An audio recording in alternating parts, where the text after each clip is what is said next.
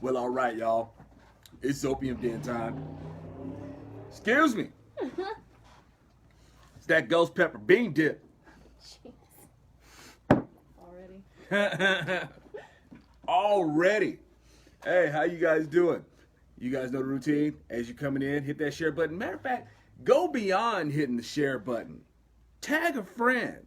Let somebody know that you really love them. You know how Facebook does, but you got to tag people anyway. You're gonna have to tag them directly because Facebook hides my content, so you can try to share it, and people are like, I don't know what you're sharing, I didn't see it. Hey, so you try to, and people be like, man, I can share your stuff, man. Nobody, responds to it or anything like that. That's because they don't see it.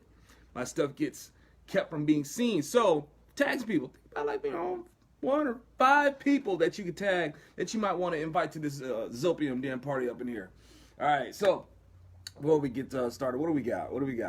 My mindless bantering before we get started with the truth. Mindless. Let me banter on the mindlessness. Let me put it like that.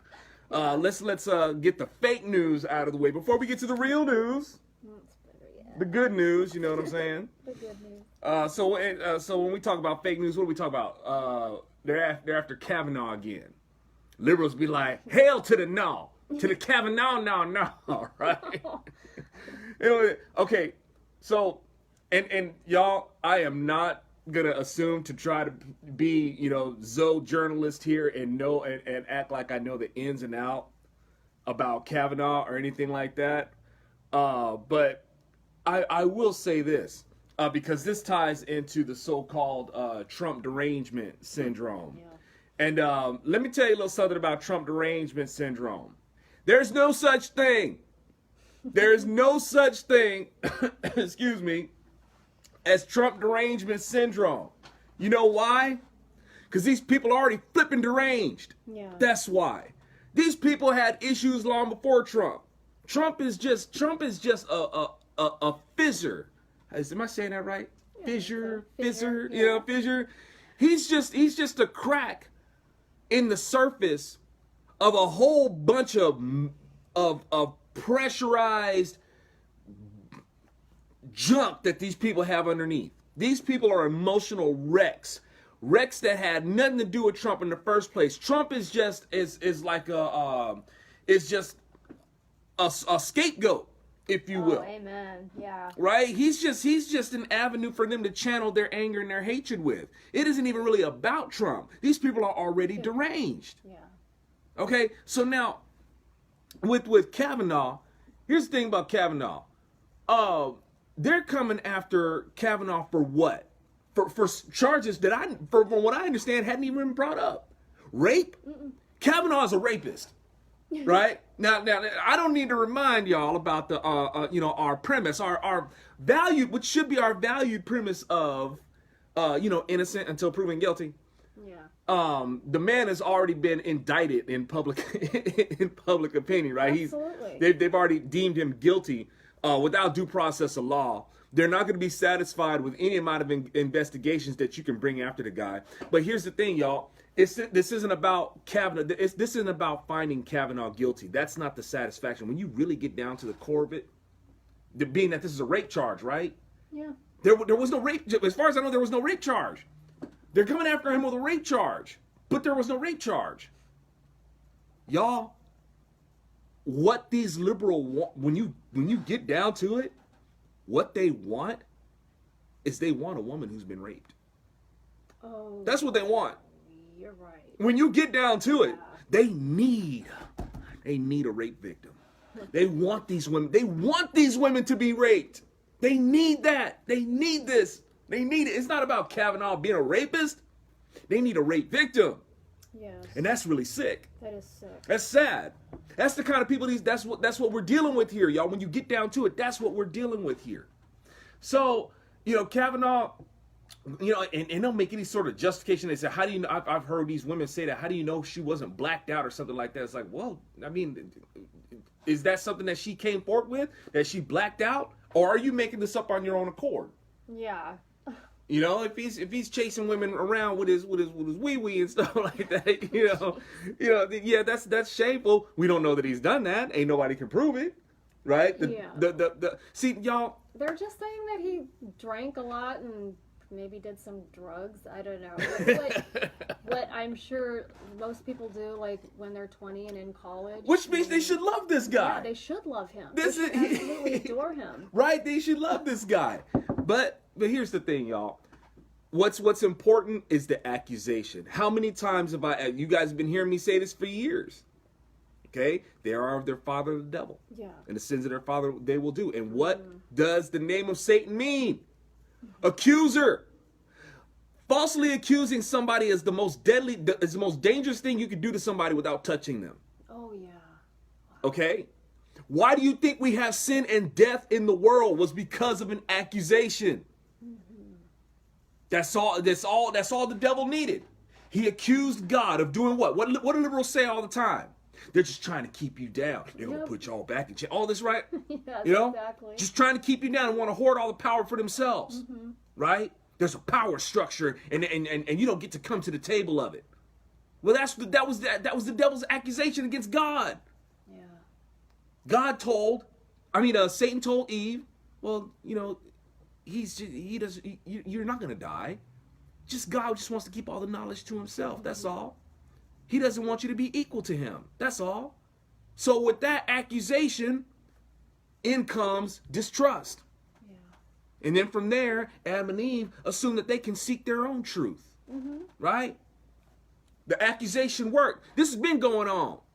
Liberalism is an old thing, y'all. It drives me nuts, man, when I hear these conservatives talking about classical liberalism and stuff. We're the real classical liberals. No. You know who a real classical liberal is? The devil. Amen. The first case of classical liberalism is in Genesis. This is God's policies. This is the devil who comes in assuming or making them assume that they can be liberated. Right? Under this guise of liberalism, with this liberal perspective on God's policy. That's classical liberalism. Yes, and it leads to oppression and murder. All right? So with Kavanaugh, y'all, that's what we're going to get. We're going to get these people they're deep-seated emotional problems. Yeah. That's what they got. It doesn't matter what, and Kavanaugh, even going in, my red flags were going up. Like I said, I didn't tune into this stuff too much, but I remember when the hearings for Kavanaugh. What was that one senator from Maine? Excuse me. I don't remember her. Susan Collins, it seems like. That might be it. We could double check that, but I think it was a senator from Maine, and she was making the case for all the reasons why liberals should love Kavanaugh. Yeah. It seemed like he was a big liberal himself. Yep. Sides, pro-abortion, I think it was tax policies and stuff like that. Double check. But, she went on for a while, making the case for Kavanaugh how liberals should love him. So I've been kind of like, it's not like I even have a dog in the race as far as Kavanaugh goes. Right. But, it's maybe those are his personal views on things. I don't know. Maybe he has a record, maybe he's on record with some of these things, but if he's got... the jurisprudence to be able to examine the Constitution and stick to it conservatively and stuff like that. Maybe that's, the confidence that he was, recommended for the appointment for. But they should love this guy. But it doesn't matter what he's going to do. It doesn't matter. He can be as liberal as all get out, but because he has ties to Trump or because, he was Trump's pick. Yeah. No, they're going to hate him. They're going to hate him. Period. Now, y'all, but this is just who Democrats are. This is who they've always been. This ain't a new thing. Speaking of which, this reminds me of who is it? Spicer. Yeah. The liberals love Dancing with the Stars. And, people typically like dance. You don't even have to be a liberal. You don't have to be a liberal. I'm sure some I know there's some conservatives that got some groove in them too. You can get your groove on if you want to. When it was first on the air, I made you watch it a few times. Right? That's having the groove isn't exclusive to anybody. And Spicer wants to get out there with a spicy green shirt. He made sure it's like man, he didn't even do spicy red. I know, right? He went for the spicy green. I'm guacamole, baby. I'm cool like guacamole. right? Smooth like it. Ain't no chunky style, but it's all creamy. It's all smooth style guacamole up in her. Hey, so he went on and did his, and the liberals don't want him on the show, boycotting the show. Why y'all boycott? What are you trying? Are you trying to say, no colors allowed, especially if you're in light spicy green? No greens allowed. You know, it's like they don't like. But anyway, they're basically trying to keep people out of these things, just like Democrats have always done. That's what they've always been, putting up their signs, making it law. You're not allowed. So, you know, they want to keep all these things to themselves. White privilege, right? It's like they want to keep it for themselves. That's what they did. It's like privilege for them. For you, no, you can't have it. None for you. So that's what we got. Really, you know, yeah, it's very sad. And this hasn't changed. You know, you got Spicer trying to represent the culture and stuff like that. And, you know, and this is important stuff. He knows it. Been trying to tell y'all for years. Might want to start doing that before it gets too late. before we're not able to do it anymore. Yeah. Right? Because they run everything that we would be able to broadcast in. They got the TV stations, they got the radio stations, they got the interwebs, they got it all. Yeah. Everything that we're trying to do, we're doing in their backyard. Yes, amen. Okay? Make our stand, you know, while we still have a free republic. It's not impossible, y'all. It's not impossible. I mean, the Lord sent the Israelites to ride on Canaan. Somebody trying to call me right now. It's very distracting. This means they're not watching the show. Hopefully they're already saved. Hey. So, you know, the Israelites were commanded to go take Canaan. And they're like, what? You want us to do what? And it's like, yeah, you heard me. Get your behind. You better get on over that mountain, man. You better take that land like I told you. So, and this is no excuse. Like, we still have an opportunity. We still serve an all-powerful God. So, it's just we got to just step up and take it. Yeah. You know?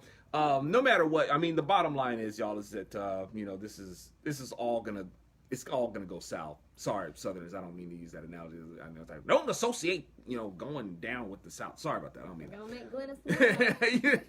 You know, I love my Southern folks. But you know, it's going downhill, if you will. That's just the law of the universe. Entropy, yeah. Things decay, and not only that, it's been written. That's how it's going to go down. The only one who can set it straight is Jesus. He's the only one who can set it straight. And Maranatha, come on now. Amen. I'm ready for it to. I'm ready for it to happen. You know, yeah. I'm all about that. You know, being you know, his kingdom setting up shop. So anyway, that being said, I think we got our posse up in here. Yeah. And let's go ahead and get into this read. Y'all see what we can get out of it. That being said, let us invite the high priest and king, Yeshua, and the Holy Spirit to counsel us in our read. May the fake news be filtered out, and let's get to the real news. Lord, we pray for your discernment, that we, you know, that we just take that in and we're able to breathe it out and inspire folks, you know, with the truth, and that they'll seek the truth. And, you know, and we want to be effective for your glory to do that. Shalom to all those who you know, who seek you. In Jesus' name. Amen. All right. Exodus 16, Electric Exodus, album 2. No. Nice. Make sure you get that album. Nice. Set that website. It's in the link in there. Okay. I get to, you know, I mean, I have an opportunity to bring this album up a lot because, you know, it's Exodus. Bam! Perfect Exodus, timing. Right? It is perfect timing. You released the album, and we're in Exodus. And we're in Exodus. We're gonna be in here. So I'm gonna be promoting this for a while, you know, because we're in there. And you know, I meant to, you know, I meant to type in, Stars and Stripes Forever pack. Make sure you guys go check them out. Stars and Stripes Forever pack. Matter of fact, if you guys would be so kind, can you make a hashtag Stars and Stripes Forever pack, or see if you can get the tag to activate. If you put @Stars and Stripes Forever pack, see if you can get that to activate. So because you know, we're doing some work with them, and you know, they've been kind enough to, you know, help get these works out there that I've been trying to do. So they've been showing us some love. Hope you guys will show them some love too, and show you. Yeah. Is it Stars AND Stripes? That is correct. Okay, say it one more time. Stars and Stripes Forever pack. Okay. All right. And while you're doing that, I will read. Okay. And where are we? Exodus? Exodus 16. Okay, check it out. They journeyed from Elim, which means strong trees. And the entire community of Bnei Israel came to the wilderness of Sin. Now, this ain't the same kind of sin as in naughty sin or miss the mark sin. This the derivation of this word is you know, it's not totally solid where it came from, but you know, there's enough information to kind of like, you know, funnel it into what it means. And in this case, sin is going to mean clay or muddy, a clay or muddy town, or possibly a bush. And which kind of fits because I think it's also coming from the root word Sinai. Sinai, when you think Mount Sinai, Sinai is also a land of or territory of bushes. Okay? Which, of course, you know, how Moses got introduced to the Lord in a burning bush. All right. So we got that. So we associate those words right there. Let's see. I did always wonder about that. What's that? Why is it called sin? So right, it's not you know, naughty sin. It's just it's another sin.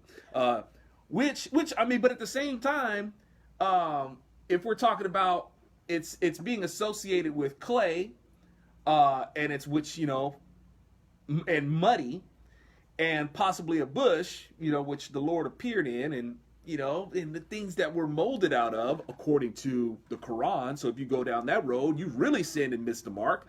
You know, there's a lot of places that we can go with that. So, but we'll just keep it simple and say that, you know, sin means clay. All right. Reel it back in, Zoe. Come on, man.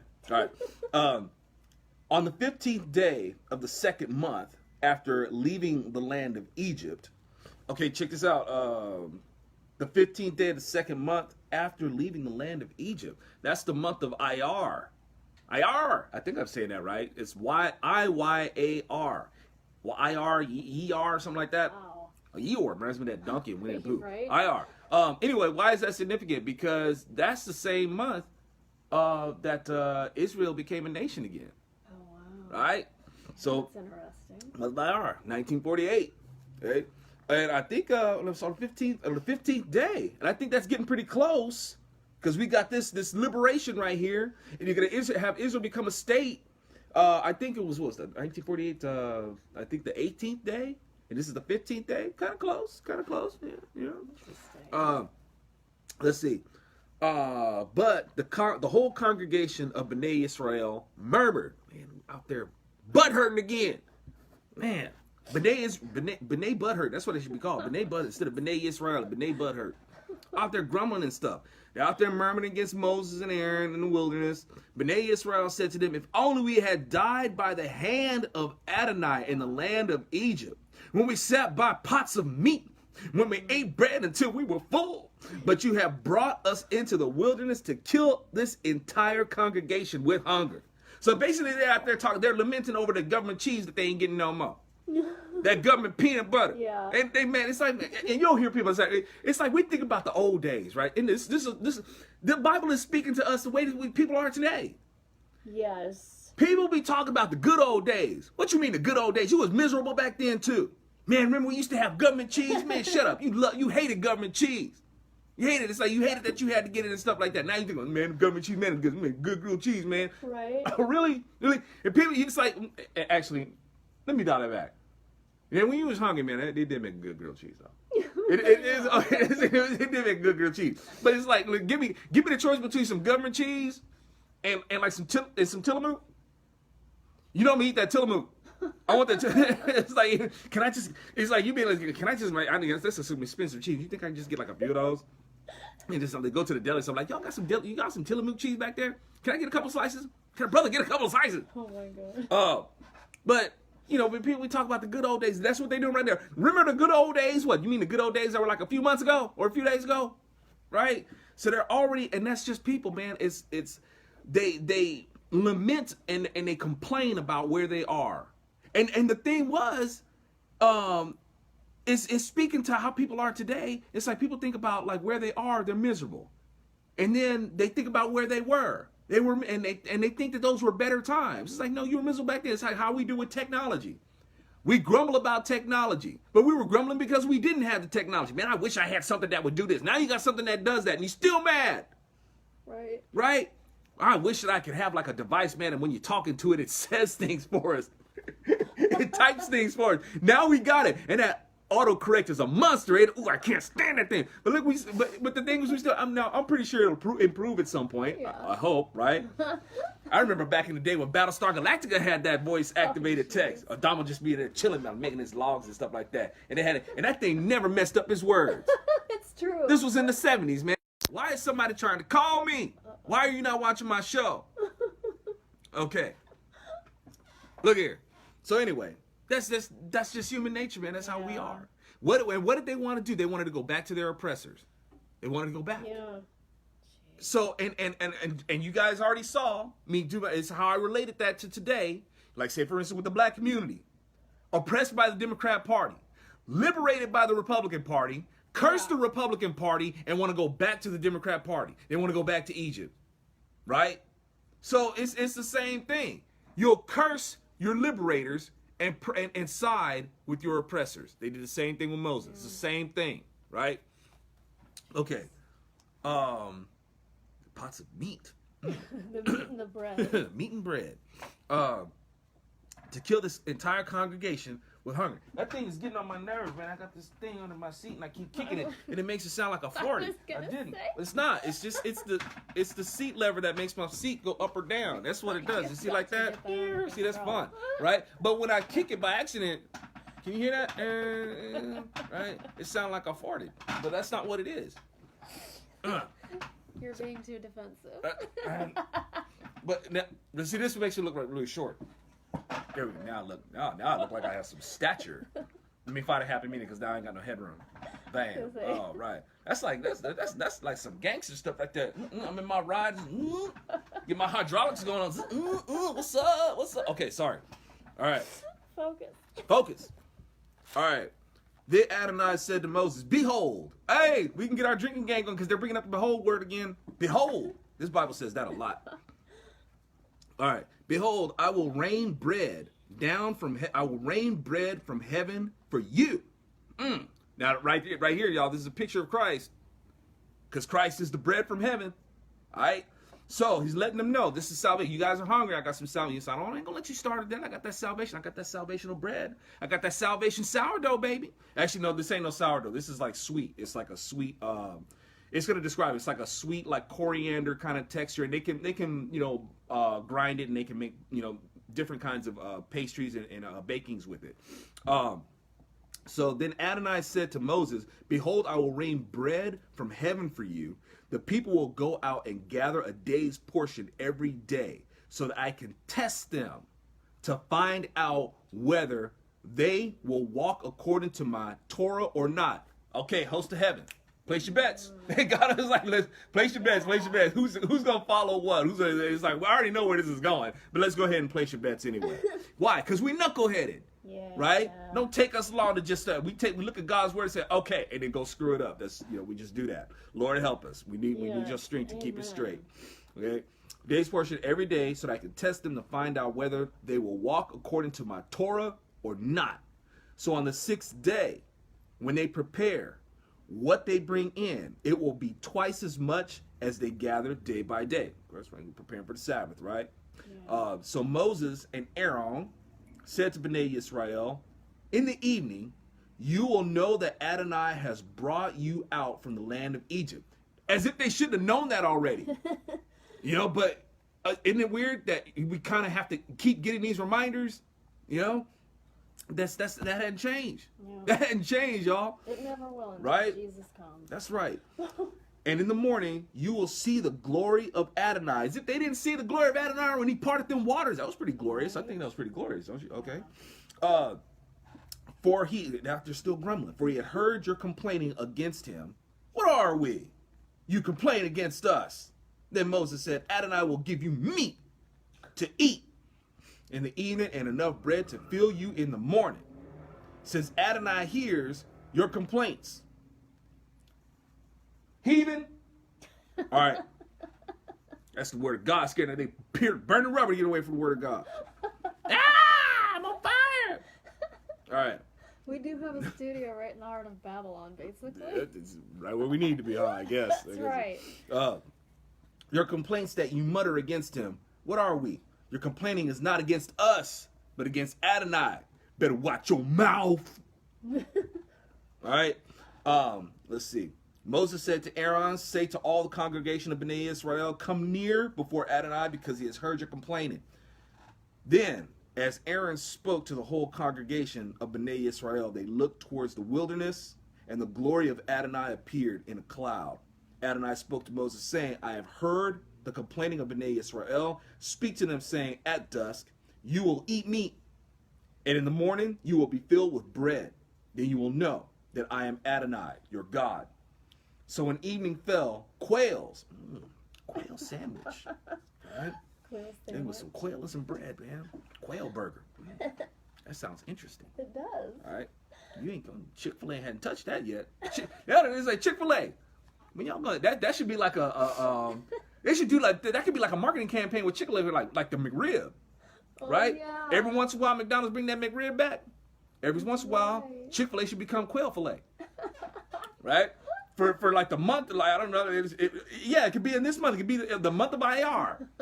I think that would be like a spring month, right? In the spring, at Chick-fil-A, you can get that quail sandwich, baby, and them quail nuggets. Oh my! Quail nuggets, yeah. Put it out there. Yeah, then the chickens can say, "Eat quail." Let's eat that.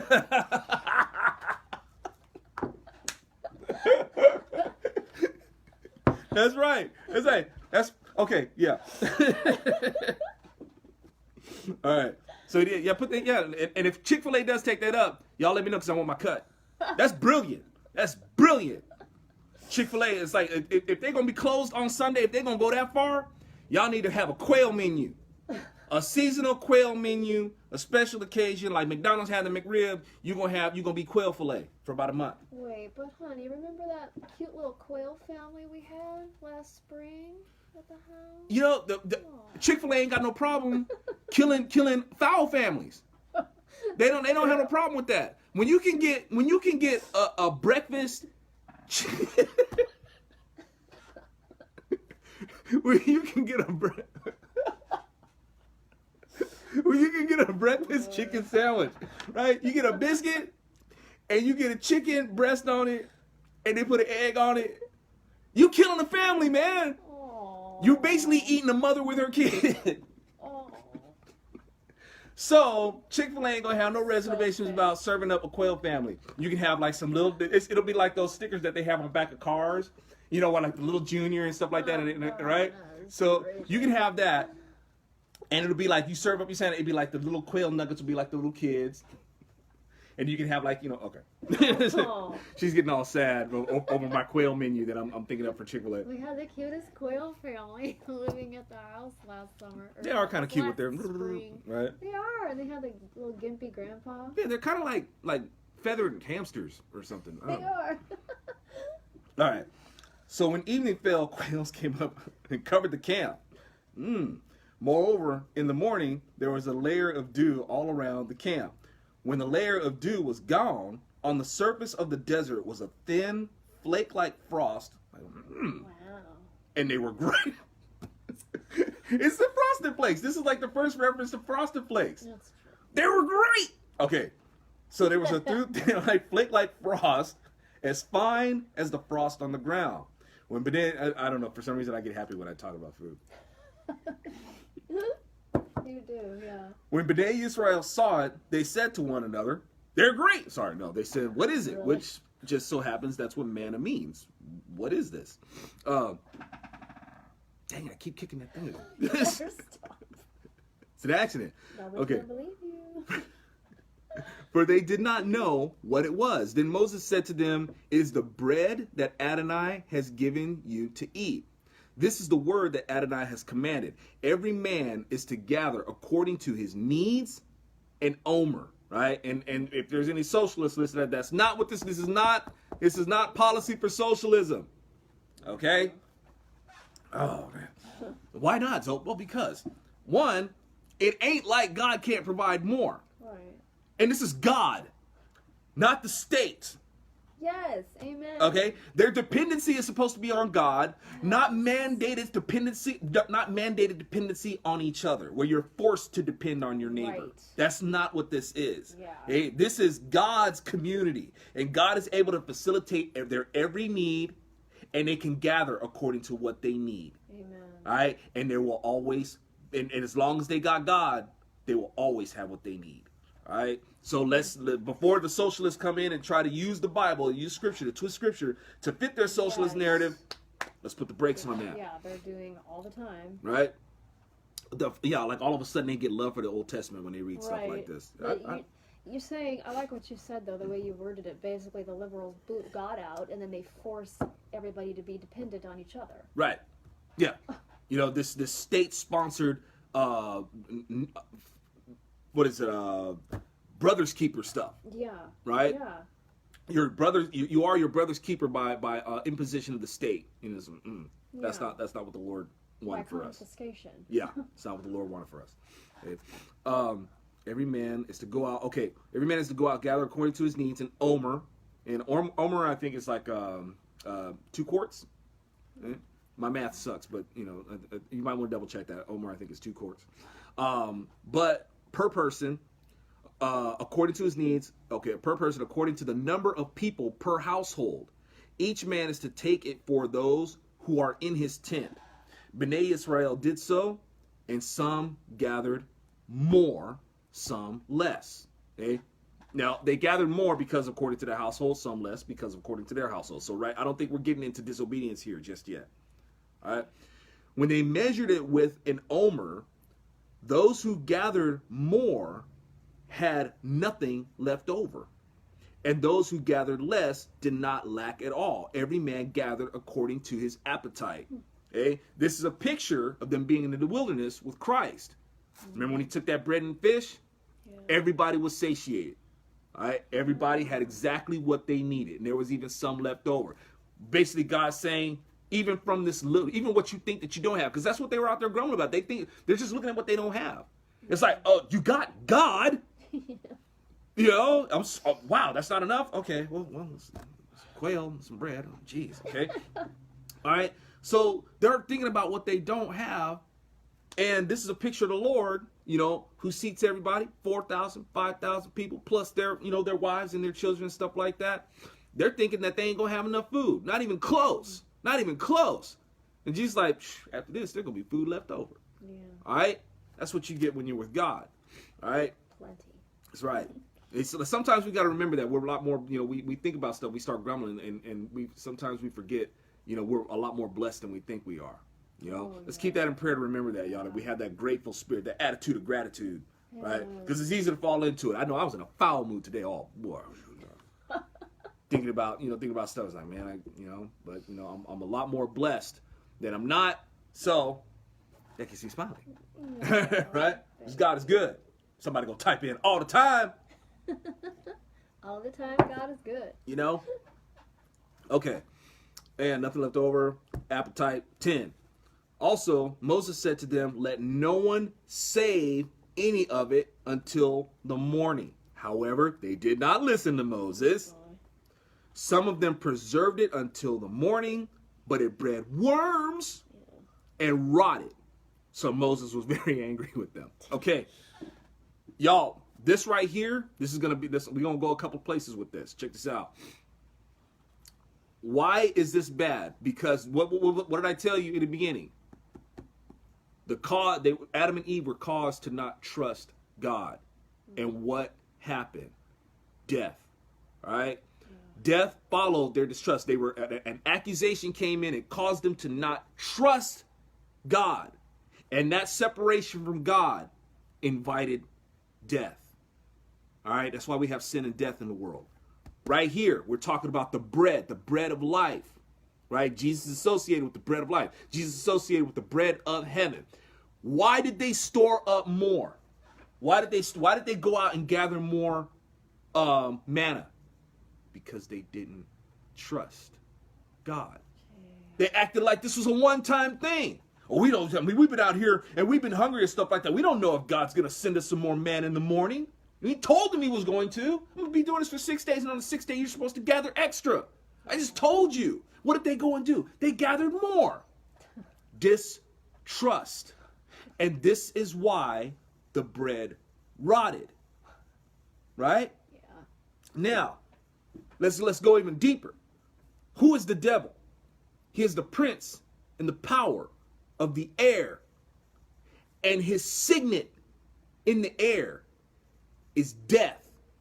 When you see things oxidize, that's something decaying. All right? When you see mold growing on your food, it's because it's exposed to the air. That's why we keep things in a vacuum so it preserves them, right? Yeah. It's a funny thing that we need air. We need air to live.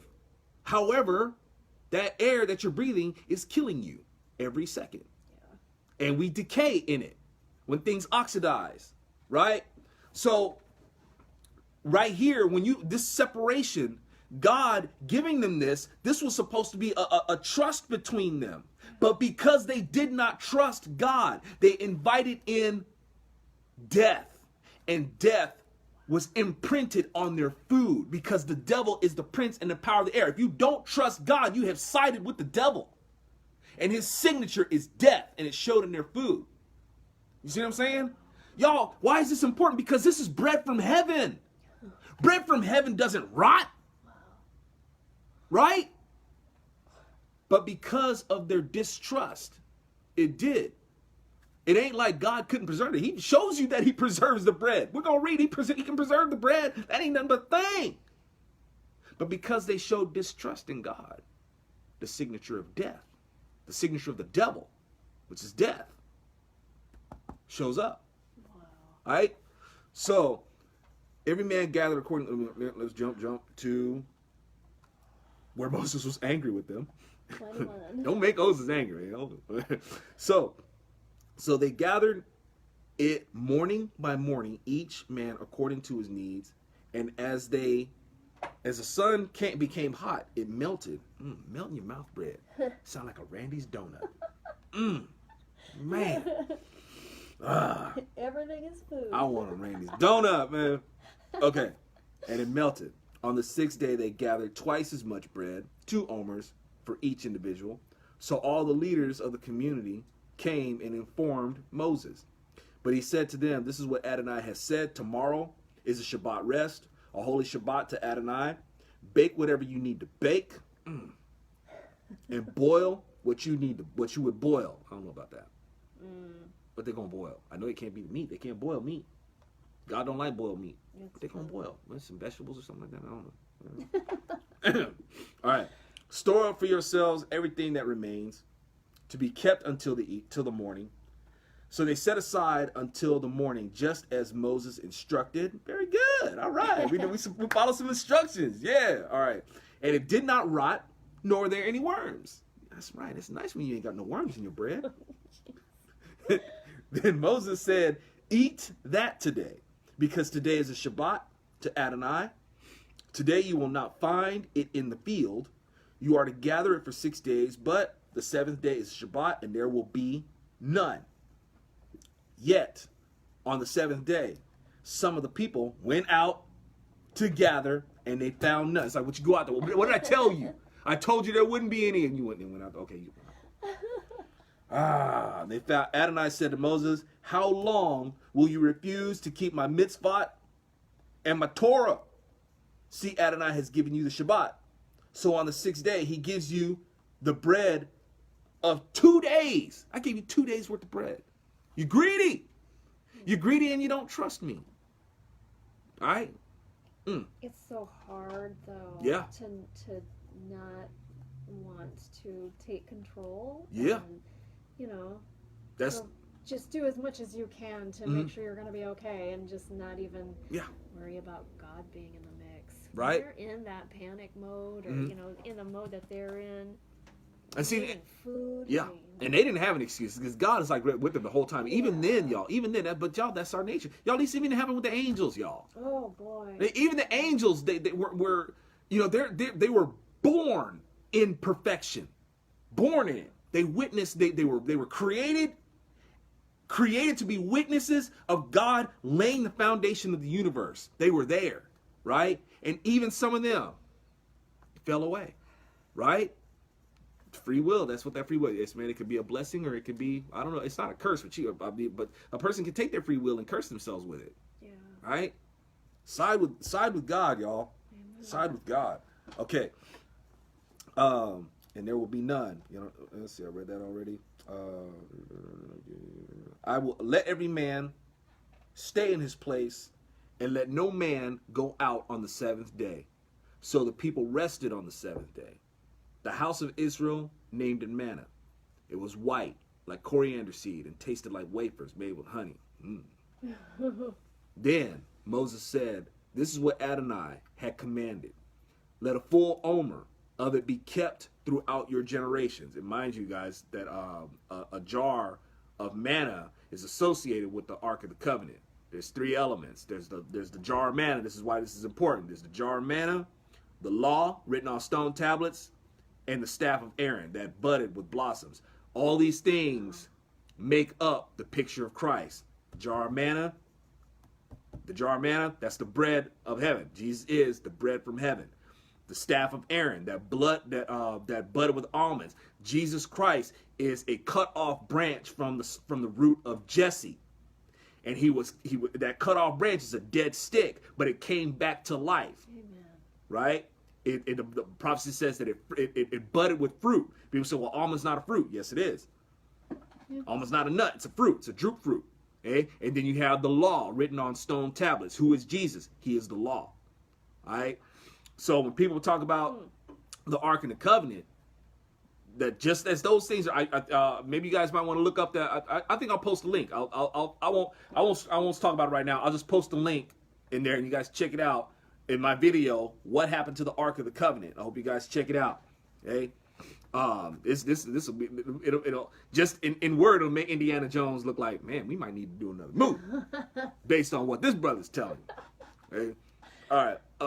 Let a full omer of it be kept throughout your generations, so that they may see the bread with which I fed you in the wilderness, when I brought you out from the land of Egypt. Moses said to Aaron, take a jar and put a full omer of manna inside, store it up before Adonai, to be kept throughout your generations. Just as Adonai commanded Moses, Aaron stored it up in front of the testimony to be preserved. But see, to be preserved. It ain't like this. It's like, like I said, if you got the trust, preservation. Yes. Right? That's what you got to have with God. You got to have that trust. Right? Now, don't get me wrong, y'all, because the world is what it is, and death is going to be in the world. All right, until the Lord locks it up permanently.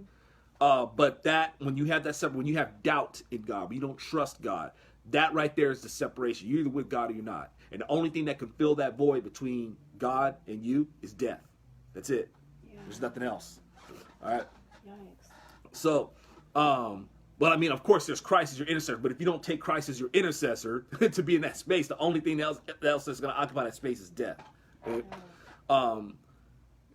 Let's see, 34, sorry. Just as Adonai commanded Moses, Aaron stored it up in front of the testimony to be preserved. Bnei Yisrael ate the manna for 40 years. Wow. They ate the manna until they came to an inhabited land, when they came to the borders of the land of Canaan. Now an omer is the 10th part of an ephah. All right, y'all. Wow. Exit, and I think an ephah is 20 quarts, I think. Okay. All right. Exodus 16. That was great. So Glennis made a point, and I was kind of chatting with her. But here's the thing, their clothes grew with them. I mean, how much more proof do you need? And then she said, who's to say, I'd probably do the same thing. And I replied to her, yeah, Zoe and I, we always talk about, I mean, they had so much proof, they literally had God with them, and they still didn't trust. Y'all, how does that work? Y'all, we're seeing it today. And like I said, don't let anybody try to tell you that this book is outdated or archaic. It reads us today. Yes. Why did they not trust? I mean, when you got God right there. Because they wanted their truth. Their truth mattered to them more. It's like, according to my truth, there might not be food for tomorrow. So we got to gather our own food. All right? All their ideas, their distorted ideas, according to their truth, they had it good in Egypt. Right. Right? They had bread and they had pots of meat and all that sort of stuff. That's according to their truth. But while they were there, they were crying out to God because of the oppression. And God wanted to make sure that they knew that they were being oppressed. It's one of the reasons why he ramped up the oppression of the heart of Pharaoh to make it more hard. Yeah. Because it's like, look, Israelites, I need you guys to be sure of what it is that you want. Because it's not freedom that, like you guys heard me say this before, it's not freedom that you want. You're okay with being slaves. You even say it right here. You're grumbling, man, we have pots of meat. You're okay with that. Yeah. And according to my law, slavery is not okay. I don't care how nice it is. I don't care what kind of slavery it is. I don't like it. Okay? I don't like slavery. Now, I make tolerances for certain kinds of slavery. Bond servants, spoils of war, things like that. Indentured servitude. I make exceptions for things like that. But it's not my ideal for you. And especially when it comes to forced slavery. Forced slavery is punishable by death. God says so. You force somebody into slavery, I want you dead. That's God's opinion on that. That's his law on that. So these, with the Israelites, they're talking about how good they had it back then. It's like, no, I'm going to have to make, that's why God ramped up the oppression so much. I want you guys to be clear on what it is that you want. And you guys are not. But you know what? I need a people to be an example. I've chosen you. You're going to be my chosen people. Based on Abraham and that faith of Abraham, it's going to be you. And I'm going to use you guys to show the human condition and how the people relate to me or don't. And and everybody does this. Everybody does. Everybody's had their tenure with slavery. Tyranny. That's right. Yep. You mean it's not just white people in America? No. Everybody's had a taste of it, and people think about, and even today, right now, like say for instance with the Democrats, you got all these people out there going on about still want to hold America in contempt for slavery. Mm-hmm. All right, Lincoln was a deep dude. Lincoln understood where this was going. Lincoln understood that this ain't going to stop with Negro slavery. You let the Democrats keep doing what they're doing, they're going to want to enslave everybody. Anybody. They'll disqualify your rights. And they'll choose anybody to be slaves. Everybody, it's like, blacks ain't the only ones who got a taste of it, of the bigotry of Democrat policies. You had the Chinese who tasted the bigotry of Democrats, the Anti-Fuddy Act. Yeah. Right? Chinese, it's like, Chinese people themselves ain't acting right. They very ethnocentric over there between the Chinese and Japanese and stuff like that. I ain't trying to brew any sort of animosities or anything like that, but it's like people act like white people are the only people who racist. Like, you mess with them Chinese and the Japanese, how they were with each other. Japanese in particular, oh my goodness. Japanese couldn't, if you wasn't Japanese, you weren't fit to live. But yeah, but between the what do we got? Nina? No Irish need apply? Yeah. Right? It's like white people were even racist against other white people. Yeah. Right? You think they're the only people who like that? No. In Africa, they got Africans racist against other Africans. That's true. They be out in the streets with machetes hacking you up if you ain't right. Yeah. Okay? You ain't the right kind of African. We're going to kill you. Yeah. Hey, that's every place. It's everywhere. So, but the thing is, in 2019, where people are still holding America in contempt over slavery, and they're so blind with this self-righteous, that's all, it's just what it's all about. Because these people are so screwed up, they're trying to, they curse other people to try to redeem themselves. Look at how I curse this person that makes me a good person. Right? Just accusing, just indicting and just charging other people because it makes them look like a good person. Yeah. Okay? But the thing is, these people are so lost in that. They are so lost in that they don't understand that what the Democrat Party is doing is that they are carrying on their objective to enslave anybody that they want to. You're going to have serfdom of the state. State serfdom, y'all. That's what their objective is. Yeah. The Democrats want to be in control of everybody. Lincoln saw this back then. Lincoln's like, this got to stop. Okay? One, it's just morally wrong. This Negro slavery is wrong. But if we don't stop it now, Democrats coming to get you too. Yeah, absolutely. They're coming to get all of you. Anybody that they want to choose to disqualify and say that they should have to work for free. And right now, you're seeing that happen with the state. This universalism and the state sponsored everything, forcing other people out of the fruits of their labor so they can pay for whoever it is that they want. They'll choose people as long as and these people will supposedly get the benefits of what the Democrats have taken from other people because they make them a voter stock, right?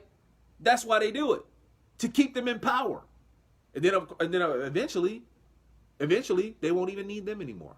Oh, amen. So you people who are voting for this, because that's when socialism turns into the monster it was meant to be, communism.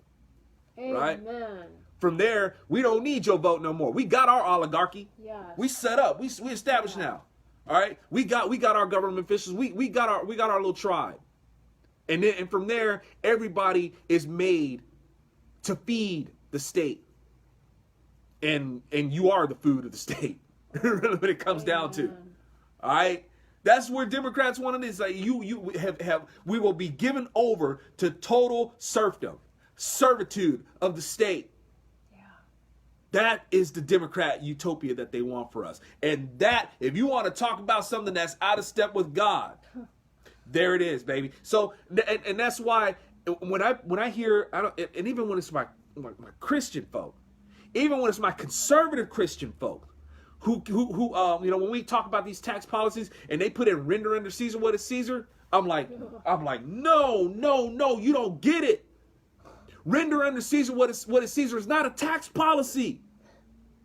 That's not what Jesus was saying. Jesus is not talking about taxes. What is Jesus talking about? And this is all relevant. This is what I'm talking about here, y'all. When we're talking about slavery and why God hates it. Yeah, amen. And why these people are, when they're grumbling about the old days, because these people will blindly go right back to it out of fear and out of anger. They'll go right back to it. Jesus wasn't talking about taxes when he's talking about render unto Caesar what is Caesar. Why do you think Jesus said, hey, let me see that coin that you're about to go pay tribute to a false god with? Yeah. Let me see that coin. What does it say? And those coins said, worshipful son of the god Augustus. That's what Jesus was pointing out. You are paying tribute to a false god. Isn't that a violation of God's commandment, you hypocrites? That's what he was pointing out. And what you're doing is that you are being subservient to the state. And that's a problem that we have right now. We are being forced. We are being made to be beholden to the state. Yes. That's what's happening to us. And the commandment says you shall have no other gods before you. Gods don't just mean in a deistic sense. It's also referring to the state. And it says do not let them make you. And we're being made to. Amen. That's what's happening, y'all. Preach it. So when we look at these things and we look at them blindly, not remember, it's like, that's why God constantly says, he repeats it over and over again. Don't forget, I brought you up out of Egypt. Remember that you were once slaves in Egypt. Remember you were slaves?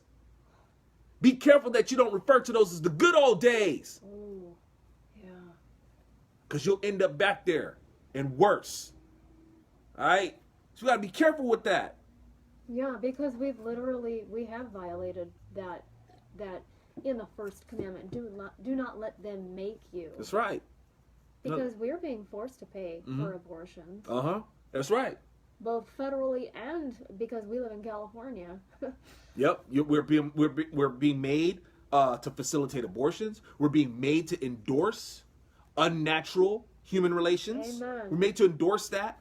We're being made to allow the state to covet what belongs to us, our property. We're being made to have to have to submit to being stolen from. So it's all these things are going against what God had in mind for us. And you're not saying, well, we don't have to pay for roads and... No, it's a totally different thing. We have a constitutional tax model. Taxing our income is antithetical. These property taxes and stuff like that, none of that stuff is constitutional. That stuff's not constitutional. There's a way to fund our government that was meant to be in place, and it works when the government keeps in the scope of what it's supposed to do and allows the people what they're going to do to be able to help each other. People can hardly afford to help each other. No. We're not. See, let's make this very clear, y'all. when the Lord says give freely, okay, let's clear this up.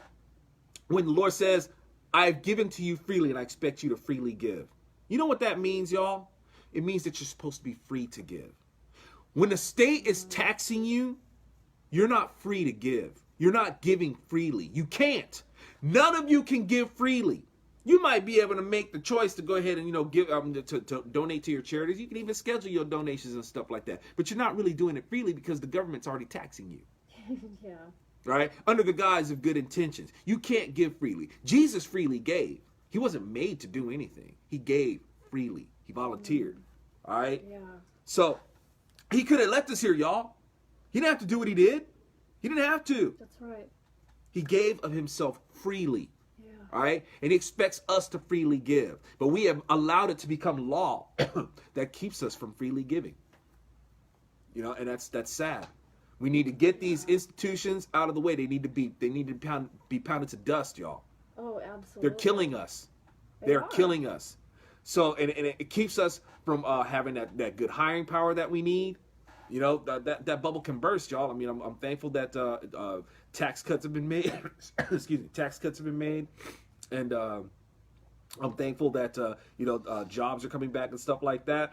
And that's may only be sustainable as long as Trump is president. I don't know. You get another Democrat up in there, and please, Republicans, don't act like that can't happen. Republicans got cocky and we lost the Congress. Right. And now we're still having to deal with all this nonsense about Russian collusion and these nuts trying to, impeachment. It's like, really? It's like, come on, Republicans. You drop the ball on this. You get cocky. You know why? You know why? Because I've been telling conservatives this from the beginning. If you would stop promoting a candidate and get out there and promote conservatism, particularly conservatism based on the Bible, we wouldn't be having these problems. Okay? But conservatives got all caught up on MAGA and Trump. And don't get me wrong, I'm happy I voted for Trump. I'd vote for him again. But y'all, if you're not promoting conservatism, then all you did was that, okay, you got your Republican for president, but you let this slide, right? We need that Congress, Yeah. And you do that by promoting conservatism and stop getting caught up with the hero worship and a cult of personality. Okay, that's worse than what we made fun of Obama bots. Yeah, I know. We treat them like they were looking for a political messiah. Yeah. Well, what do you guys think you're doing with Donald Trump? Okay, don't get me wrong, support the guy, sure, if he's doing the right thing, yeah, that's good. But you got to promote conservatism, y'all. Yeah. That's what it comes down to. We're not promoting conservatism. I see hats, MAGA. That's what I see. I see people out there talking about MAGA, MAGA, MAGA. But really promoting conservatism, getting it out there and where we make it with that salt and light, where we make it tasty, where people are like, hey, I can get down with that. I can get into that. People are like, they're leaving the Democrat Party. Sure, they're leaving the Democrat Party because they're sick of them lying. They're sick of them not delivering on their promises. That's what they're sick of. They're like the Israelites. Yeah. They were sick of being unfulfilled. Wow. In terms of where they were going, they didn't know. They just wanted fulfillment with where they were. In their slavery, they wanted to be fulfilled. Comfortable in the slavery. They wanted to be comfortable, made comfortable. And that's where America's at. That's where America's at. Not really thinking about what they want to go. They don't want to be made comfortable where they are. Yeah. As opposed to like, okay, where can we, what is it that we really want to step up to? They want to be given everything. It's like I said, the irony of they want everything for free. It's like you want everything for free, even including an education. You want an education for free. For what? Why? So you can get a high-paying job. So you can get a high-paying job so you can get everything for free. It doesn't make any sense. None of it makes sense. It's like we don't want to have to work for anything. We just want the prestige of having this illustrious job or whichever. Yeah. While acting like everybody is so materialistic. These people are these are the worst offenders of the bourgeois, right? That's them. It's them all day. Amen. And it's hard, and these people are just they're steeped in their imagination, and trying to reason with them is a difficult thing. It's not impossible. There's ways around it, but we're just not doing those workarounds, right? So anyway. Well, here's a real, how do you say, like, boots on the ground situation I'm in, and I'm sure everybody else is in.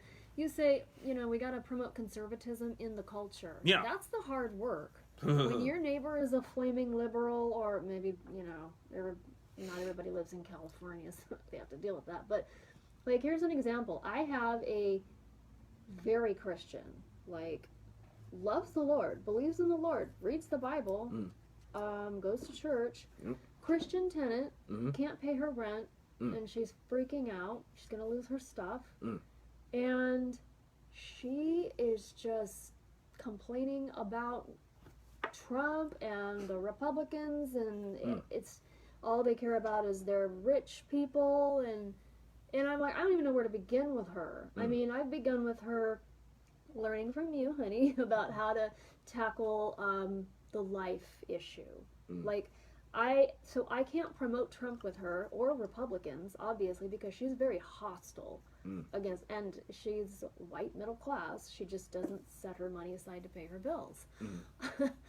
But, so I'm like taking cues from what I learned in your book and what I've learned from you over the years. Start with the life issue and just show her how the Republican platform is more coincides with the Bible. Yeah, you definitely want to have that to be able to relate to people with. And that's one of the best. It's one of the best things to go to.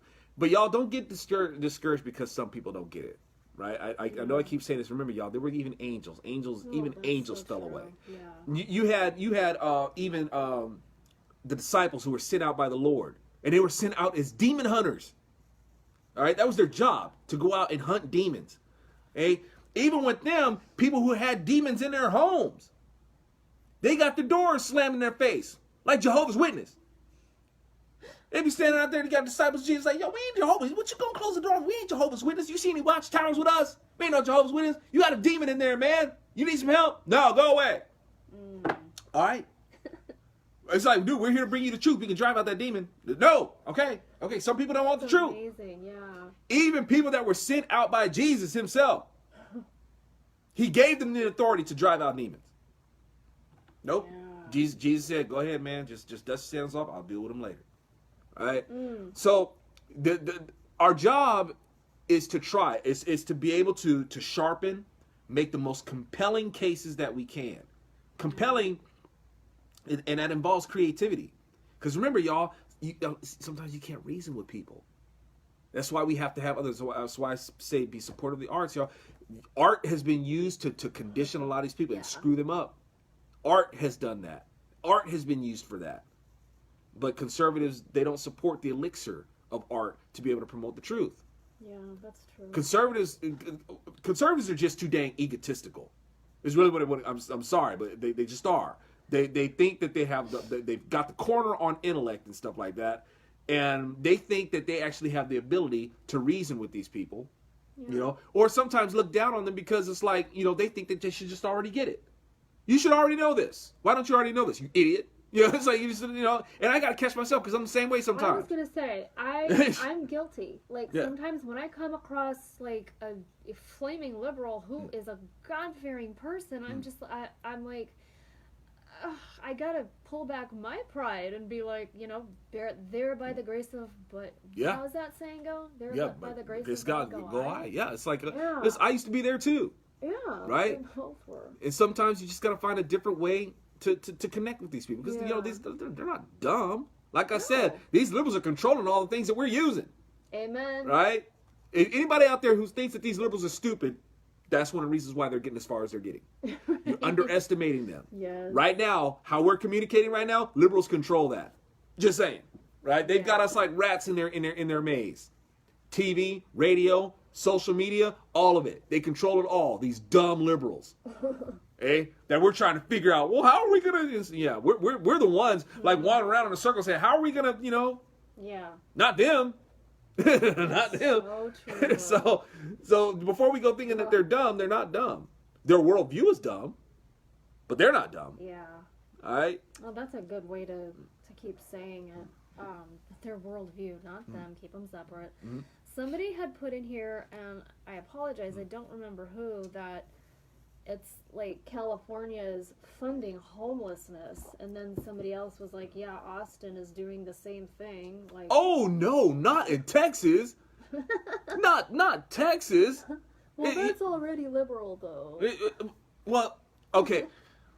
Because you know how to be saying it, like, though, California, it's like you need to move. And people, and God bless you in Texas. You know what I mean? Like, you need to move to Texas, man. Get out of California where it's crazy. It's like, no, liberalism is getting to y'all too. And in Texas, I'm gonna tell you something even scarier.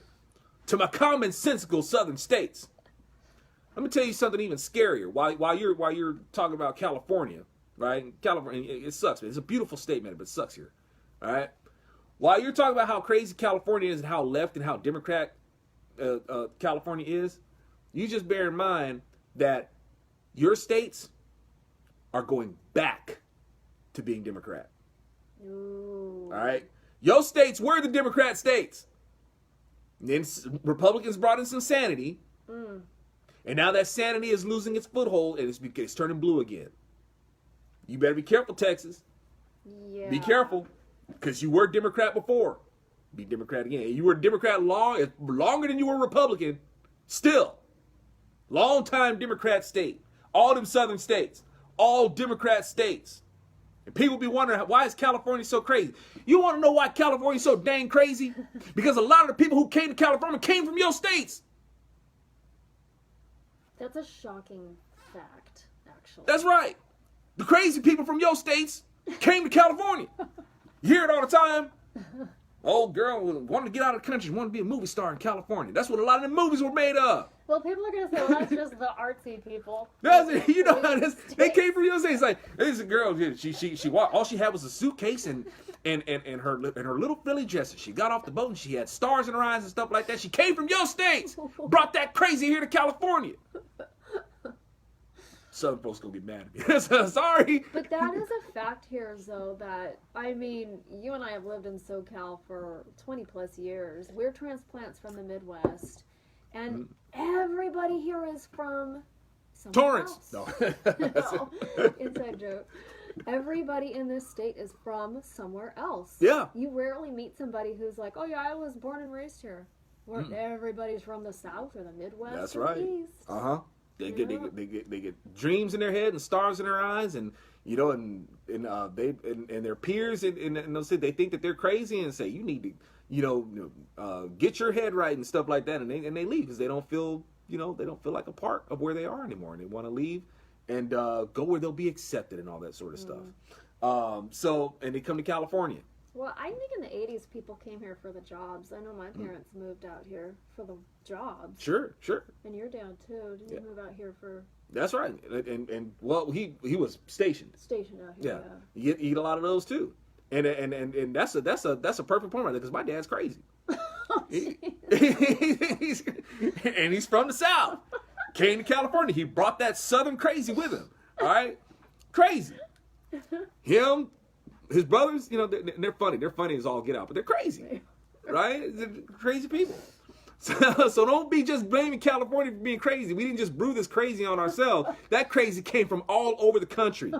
All these other states that think they have it so together and stuff like that. Liberalism is taking a foothold, y'all too. And it's not me just talking out of the wind or anything like that because y'all used to be Democrat states. And you had a moment of sanity when you had Republicans, and you're losing it now. Sorry, that's the truth. Since you're kind of on the subject here, Glenna says, after 1930 when blacks started voting for Dems, that's when things went south. What happened there? Oh, 1930s. That's a little early for the party switch, ain't it? Well, right? Well, you know, this is true. Blacks were starting to pull for Democrats as early as the 1930s. And once again, it's just written right. It's written right in here. You know, you think that you get freedom, and you think that all these things are supposed to change and stuff like that, and it doesn't happen the way that you think that it should, and you end up going back to where it was that you came from. You know, so you know when you got Democrats that make these promises and stuff like that, and they're not going to keep it, like And unfortunately, it's sad. Like right after 1930, when you had Woodrow Wilson, you know, a big racist, and hosted Death of a Nation in the White House, and he was kicking out black people who had appointed positions. Yeah. Right? He kicked them all out. So this, you know, when people talk about this party switch and stuff like that, that was happening long before. What was their excuse then? Right. So, but that's, you know, when you have Democrats are masters at pandering, y'all. They're good at it. They know how to get, you know, they know how to play on people's emotions, know how to play on their sentiments, their territories, their race, their gender. They know how to capitalize on all that sort of stuff. It's a sickness. It right? really is. Yeah. And you know, that's how that's a little taste of how that came to be. That's almost frightening, because you've got the Democratic Party, who has always been elitist and looked down their nose, and even set up like Planned Parenthood to wipe out races and people who were unfit. Mm-hmm. Yet they can actually turn that around. And how do they do it? Yeah, accusations. Accusations, and they use the school systems and media and arts. They're in everything, right? Jeez. Hold up your art. Got that lecture as well. You know I'm ready to compete in the culture. Amen. Got that solid right cross. Yeah. Good book. Culture warfare culture. Cultural coaching. Culture war coaching, y'all. It actually helps. It does. Get your lines right, Mr. Artist. So we might have some good news. David Atkins posted that looks like Benjamin Netanyahu won. All right. He did write in here like by how many votes, and I guess his party picked up some seats. So yeah, we were kind of praying about that before we got here, watching like Gantz was the guy running against him. How long does he get to be president? Well, he's the longest serving prime minister, but I mean, these are some really weird times. So yeah. All right, man. What happened? They don't. I guess they don't do them like you know. I guess you can just be perpetual president or perpetual prime minister. Why don't you just be king, man? But no. I'm glad that he was reelected. So I pray that's you know that he can remain there just for some stability. Right. Just a shout out to poor Sandy Marie. She can't eat fried foods anymore. Remember, she was in the hospital like a month ago. Like permanently? Like no more fried foods? I think, yeah. Oh. Well, hopefully, you know, you can have it like once a year, Sandy. Like maybe Christmas or Thanksgiving. Yeah. Hopefully they'll, you know, cut you a break or something like that. Like this. She has gallbladder problems. Okay. Remember? Well, you know, I trust in the Lord for relief for you. Yes. And that He will introduce you to some food that is still, you know, that you can still really enjoy. And you know, maybe, you know, you'll be able even to sometimes have, you know, a bit of a fried fricassee every once in a while. You know? Yeah, because you can't go to a county fair and not have some fried food. Right. And I'm just up here talking about Chick-fil-A and stuff like that. Aww. You know, I know that's what brought it on. Yeah, well, you were talking about donuts too. Donuts, yeah, and fried quail. I'm You're so bad. So, would you ever? Glennis has invited us to Alabama. How are you gonna hold out here in California and try to hold down the fort and take California back, or? Oh, I don't know. You know, it's difficult to thrive, you know, in California. It's pretty much just survival. It's like people think California is like this rich state. It's not necessarily rich. It's just expensive. It is a big difference. And so, you know, it's thriving in California, unless you're just rolling in it, you're surviving out here. So I don't know. Sometimes it's like, I don't know if it's worth it to stay out here. You know, don't know. You know, I say, regardless of which, you know, I'm not quitting. Still trying to produce my content and stuff like that.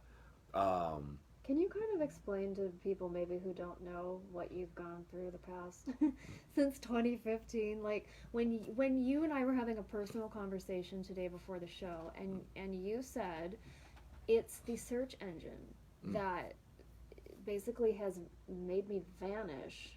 Yeah. I wanted you to say that for people to hear. Yeah, it's you know, because I hear a lot of folks say that we need a new social media platform and stuff like that, you know, conservative friendly, and you know, y'all, it's more than that. It's more than just having a social media platform. There has to be a search engine. The search engine itself can make you disappear. Google, if you don't know who I am on Google, you ain't gonna find me. Like when you type in like different commentators and stuff like that, Google will bring up cross references and stuff like that. It'll let you know how many times this person's been searched and all that sort of stuff. My searches, you know, years ago used to be high when people would look for me on Google. Now, not so much. Yeah. And I do not come up in cross references. So the search engine has basically erased me. So trying to, you know, promote my work it's a steep uphill climb in trying to do that. It's not just social media. And when this happens to you, y'all, it's a strange thing. When you vanish on the internet, it's almost like you vanish in the real world. It's weird. It's really weird. Like a lot of people, even people who are my friends or people who I've done work with, didn't even know that I was in the Gosnell movie. They went and picked up the Gosnell and said, dude, I didn't even know you were in this movie. You'd be surprised. Most of my audience doesn't even know I was in that movie. I can go to, and like in the area that I'm in, where I started doing, you know, my political commentary and stuff like that, I started doing that stuff here. Now when I go to like Republican events or anything like that, or like something like that, these people have no idea who I am. Not only that, it's like you could see it in their eyes. Not only do they not know who I am, they don't care, right? I've gone to you know, reached out to people and stuff like that. No response. You would be surprised.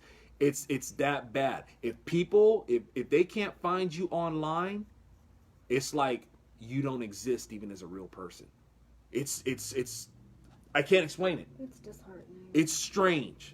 It's very strange. So, but yeah, that's what it's like trying to survive this, because it makes it very difficult to make a living. Because, you know, when that's what you do, this is what I do. It's like I'd have to like try to rework I'd have to try to rework a whole new career, you know, to do what it is that I do. It's difficult to promote music. It's difficult to promote a book. It's difficult, you know, to promote any sort of you know, creative work that I'm wanting to do, because that's what I do. Yeah. And just to even make it is you know, to create the art is difficult, because that takes time. Right. You know, I don't have the time. I gotta you know, work the 9 to 5. One video takes about 4 days. Yeah, from writing, researching, producing, editing, and then uploading it. Takes about 4 days, and you're talking like a few hours each day. Right there. Yeah, that's right. See, right now, somebody's asking, hey, Jason, how you doing? Somebody's asked me, would I consider Twitter or YouTube? I'm on Twitter every day. Yeah. But you don't know that, because my tweets are not visible. I tweet every day, right? YouTube, I've been loading up videos on YouTube. Hey, people been on YouTube since 2008. Yeah, I've been doing that. It's like, but now, like I said, I can't do it as regular because I don't have the time or the money to, right? It's just not there. It takes time to time that I have to spend at work to afford the facility. Yeah. The sad part of it is yeah, I can go to work and afford the facility, but I don't have the time to be in the facility making my creations, because I'm spending that working to afford the place. It wasn't supposed to be like that. I was supposed to be able to, okay, I got the facility, and my supporters, whom I can hardly reach anymore, I can't reach them anymore. They think I've gone. They think I've quit. Yeah. Right? I hear back from people like, you know, maybe, you know, like 7 months. People say, man, I haven't seen you in months or anything. I thought you quit. I didn't quit. Yeah, we see that comment every day. Yeah. It's like, I didn't quit. So because I don't have supporters anymore, the facility is practically useless. Like, but I'm trying to hang on to it. Well, I kind of have to, you know, and lease. But You know, I got the facility, but I can hardly use it because I have to work to pay for it. Instead of being in here creating content and having my stuff be monetized, my stuff, it's like YouTube plays ads in my videos and doesn't pay me for them. They use my videos to play ads and then tells me that they're not going to pay me, right? YouTube does that, hides my videos. So trying to make it work, y'all. I haven't quit. So, I mean, I guess it's a long way of answering the question. I was like, what am I going to do? Am I going to try to hold the fort down?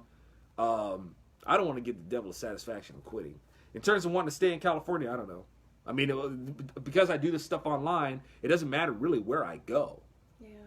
You know, it's going to be the same circumstance no matter what. It just depends on how much the state is going to take. Arizona, you know, another state won't stick it to us like California does. Right.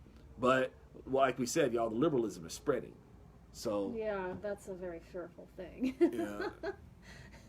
It's like I don't want to just keep running from place to place. America, that was it. This is it. Amen. Only place up to go from here now is up. Maranatha. Maranatha. Indeed. Right? That is gracious. This is totally off the subject. It's getting back onto the fun food subject. Glenna says, dude, we put bacon on our donuts here in Alabama with caramel. Remember when I took you to try the bacon sundae? Robert, I'm gonna connect. I saw your tweet, man. I'm gonna check you out. I'm gonna check out your ministry. Thank you. Look here. You leave my donuts alone, and you keep bacon with some eggs or put it on a cheeseburger, and you keep that bacon off of donuts. Donuts is a sacred thing. It's a sweet treat, and I don't want no bacon. I don't want no bacon on. I don't want no bacon on my donut. It's probably very delicious. Excuse me, I'm starting to salivate, man. I think about donuts. I know. Yeah. Don't disrespect the donut. Don't put no bacon on my donut. Jeez. Sorry. How can people find you? Like Sandy's saying, I'm not on. I'm not on Twitter or YouTube or Facebook every day, so I don't always see everything you post. If people do want to, keep up with you, how can they find you? Thank you. There's my website. It's in the description box, and my website has all my social media links: Twitter, Facebook, YouTube, and stuff like that. My YouTube videos I put on my website, so you can even watch them there. I put them in there as a playlist, so you can keep track of, you can see stuff that you've missed and whatnot. So they're there. My books, my CDs, all that stuff is there.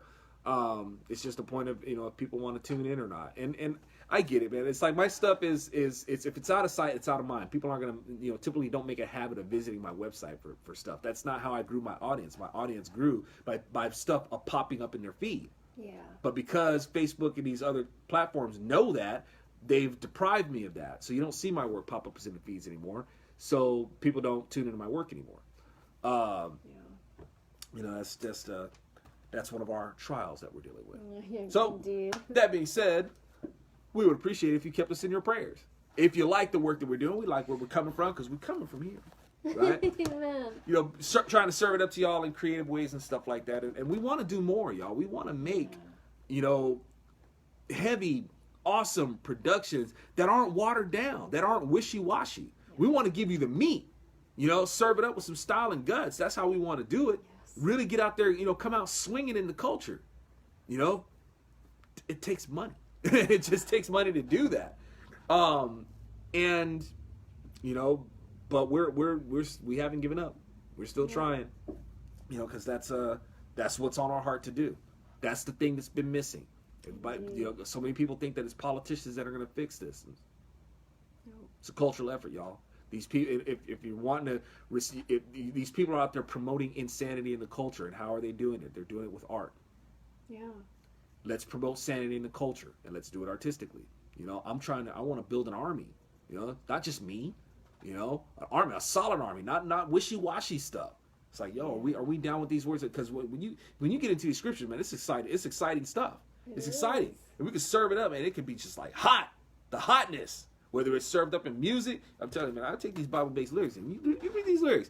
The whole lyric, it's got the lyric booklet in there. You read these lyrics, it's like, this is coming straight out of the Bible, but it's hot though. Hot. Well, I mean, the Bible already serves it up hot. We just add a little extra funk to it. You know what I'm saying? So it's like you can get that. You know, you read these lyrics, it's like, no, these people, they're solid. There's nothing wishy-washy here. Ain't no ear tickling going on in here. Amen. You know, ear tickle. No Benny Hinn. That's right. No Benny Hinn. Ain't no ear tickling. We don't do that Jedi Christian stuff. It's like slaying people and knocking people out. It's like It's like this will get you grooving. This will get you rocking out. But I ain't gonna pretend to be like slaying you in the spirit. It's like, no. It'll definitely get your hands up. Yeah, you get your hands up with it. You know.